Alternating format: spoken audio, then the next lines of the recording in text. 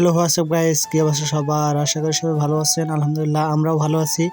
নিত্যদিনের মতো আজকে কিন্তু একটা নতুন ব্লগ নিয়ে হাজির হয়ে গেলাম। আমার সাথে আছে সাব্বির। এই ভিডিওটা সম্পূর্ণ না টেনে দেখুন, সবাই বুঝতে পারবেন কোথায় এসেছি আমরা।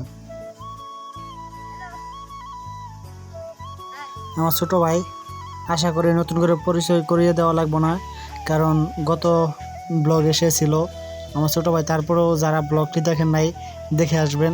আর ওর নাম সাব্বির, আমার ফুফাতো ভাই। তো আজকের প্ল্যানটা কিন্তু সম্পূর্ণ ওর ছিল এখানে আসার। তো বলতেছিল যে ভাইয়া পার্কে যাবো চলো, তার জন্য কিন্তু এখানে আসা। আপনারা যারা পার্কে যাইতে চান তারা আমাদের সাথে যোগাযোগ করবেন। আমরা বিনি পয়সায় এবং ফ্রিতে পার্কে নিয়ে যাব, কিন্তু আপনার পরে টাকা দিতে হবে।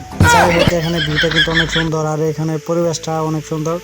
আর কম টাকা দিয়ে যে এত সুন্দর একটা ভালো রিসোর্ট দেখতে পারবো, এত সুন্দর একটা পার্কে ঘুরতে পারবো, এটাই অনেক কিছু। 30 টাকায় এখন কিছুই হয় না। ও বলতেছে যে যে 30 টাকা কিসের, এখানে ঢুকতে 30 টাকা লাগছে। বলেছিলাম না রেল স্টেশন, ওটার উপর চড়তে লাগবে 50 টাকা টিকিট। পাশে রয়েছে একটা চিতাবাঘ। এখন আমরা যেতে চলেছি সুইমিং পুলে, চলো যাওয়া যাক।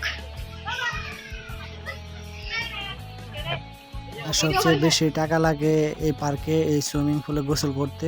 তো আপনি 100 টাকা দিয়ে সারাদিন গোসল করতে পারবেন, তারা কিন্তু কিছু বলবে না। আর এই লোকটা দেখতেছেন, সে হইতেছে এখানে মানে দেখাশোনা করে। তো আমাদের ওই দিকে যাইতে দেয় না, কারণ ওইদিকে পরিষ্কার করতেছে, তার জন্য ওইদিকে যাইতে দেয় নাই। তো এটাই হইতেছে রিসোর্ট।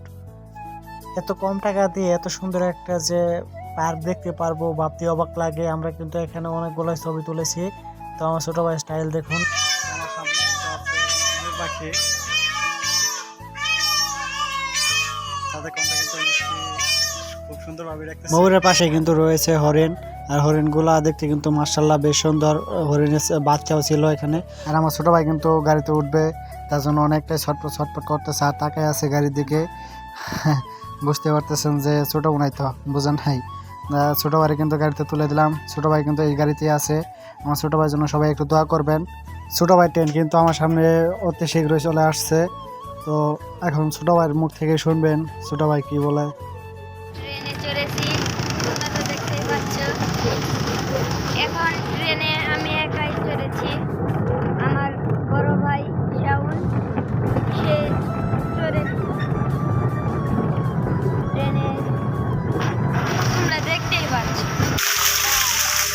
তো এখানে পরিবেশটা অনেক সুন্দর।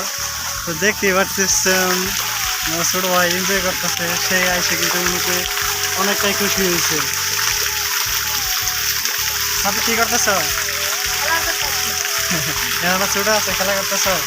তো জাতীয় ফুল শাপলা, শাপলা ফুল কিন্তু ফুইটা আছে, দেখছেন ফুল কিন্তু ফুইটা আছে।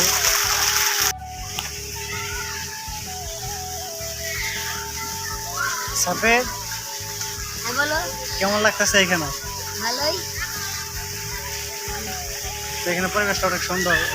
এখানে একটা বিগ বাজেটের একটা হাতি আছে। এখানে কিন্তু একটা বিগ বাজেটের হাতি আছে,